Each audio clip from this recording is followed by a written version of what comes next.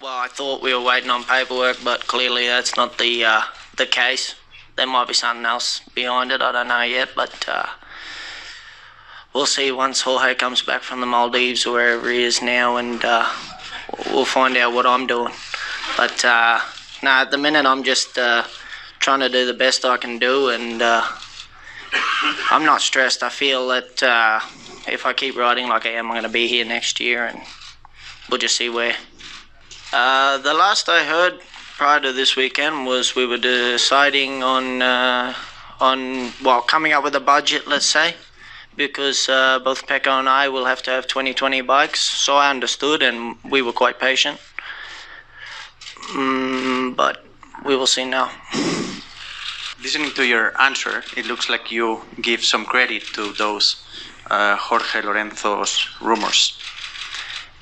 I didn't at all prior to this weekend, but after some feedback I had, for sure there's some truth behind the rumors. So, as I said, Pramac wanted to keep me. I had a FaceTime call with Paolo this morning, and he is 100% certain to keep me. So we just have to understand what we need to do to finalize the contract. I am very happy with the team I'm in, and I would love to continue this relationship, and that is my number one goal. But for sure, if we cannot do this, then for sure we have to look elsewhere, and at the moment there's no other options really. What I only know is that Jorge have 1 more year contract in Honda.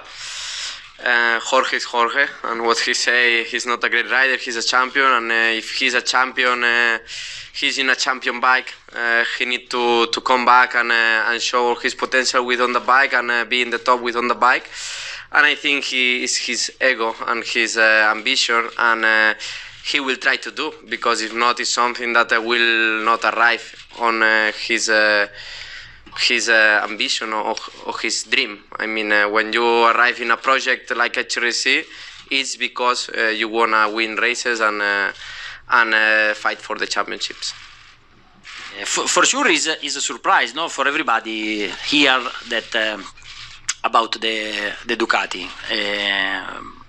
If you speak about the track situation, in the result have some sense, because Jorge have a lot of problem with the Honda, and looks like that last year he was strong with the Ducati. After he have some crash or unlucky or injury, but arrive at a good speed. So under this point of view, have a sense. But I don't know if it's true. Anyway, Lorenzo is in a factory Honda. And I think that he can ride this bike in some way. Maybe he have to modify something. And I think that he was always also very, very unlucky, because especially the first injury with the flat track bike before the first test, that one was a disaster for him, because he arrived already injured. And that moment of the season is crucial, because you can have 6 days for ride the bike without the pressure of the weekend, and he don't make the test, and after, when you arrive at the race weekend, everything is more difficult, because you don't have time, you have to push. Every time he did some mistake, he crash, and he have more injury. So it's a difficult situation for at this moment, but I think that he's in a factory Honda, and with a bit more time, a bit more lucky, he can be competitive. Where do you people dream this stuff up? Honestly, it's like an episode of a soap opera. You know, in home we have this soap opera called EastEnders. It's like EastEnders.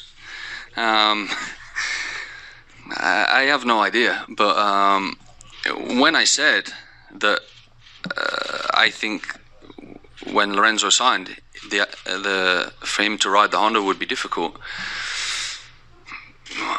One, I think I'm probably correct, and two, this is me being selfish. I'm a rider, and I don't want him as a competitor in Ducati. So, of course, you know, in Ducati, I think he was better than me in that part of the year.